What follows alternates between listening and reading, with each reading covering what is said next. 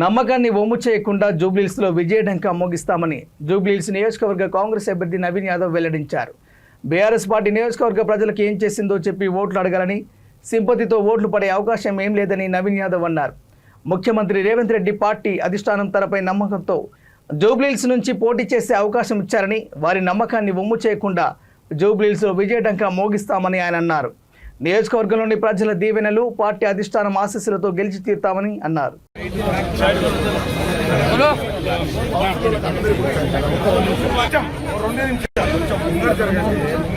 Photo ఎలా వస్తుంది? ఇద్దరే వస్తారు భయ్యా, మీరు బ్యాక్ వెళ్తే అందరూ వస్తారు, ఇద్దరే ఉంటారు.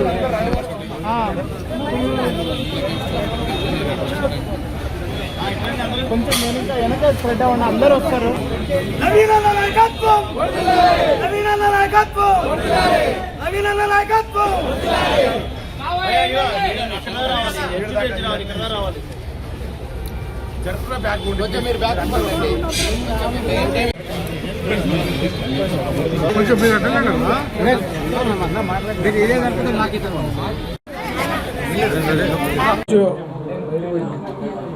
మీ ముందు నిలబడి నేను మాట్లాడుతున్నానంటే ఇదంతా కూడా ఈ ప్రాంత ప్రజల యొక్క ఆశీర్వాదం.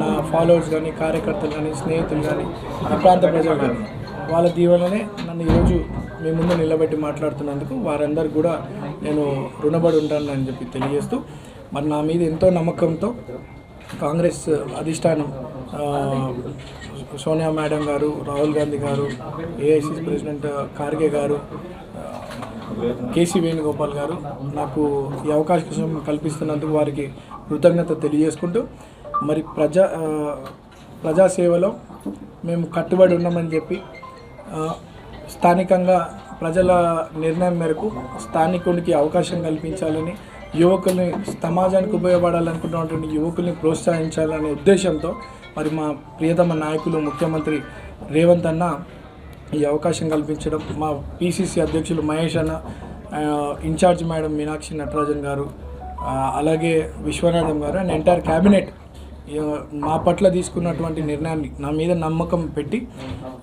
తీసుకున్నటువంటి నిర్ణయాన్ని మేమంతా కూడా మనస్ఫూర్తిగా ధన్యవాదాలు తెలియజేస్తూ ఉన్నాను అందరికీ.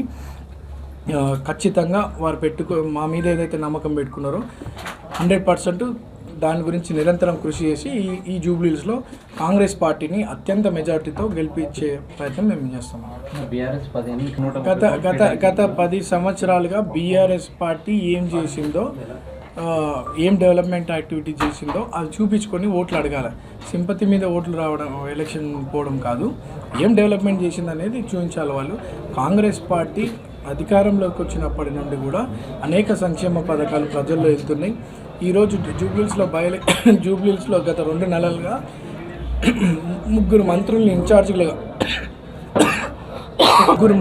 ఇన్ఛార్జ్గా అపాయింట్ చేసి ఈ ప్రాంతంలో ఉన్నటువంటి ప్రజల సమస్యలు ఏంది ఇవన్నీ కూడా లిస్ట్ అవుట్ చేసుకొని దాదాపు 150 కోట్ల రూపాయల డెవలప్మెంట్ యాక్టివిటీస్కి బడ్జెట్ శాంక్షన్ అయింది. అందులో 70 వర్క్స్ కూడా జరుగుతున్నాయి. ఇక్కడ వెరీ ఓల్డ్ డ్రైనేజ్ సిస్టమ్స్ ఉండే, అవి కూడా సాల్వ్ అయిపోయినాయి. సీసీ రోడ్స్ సాల్వ్ అయినాయి.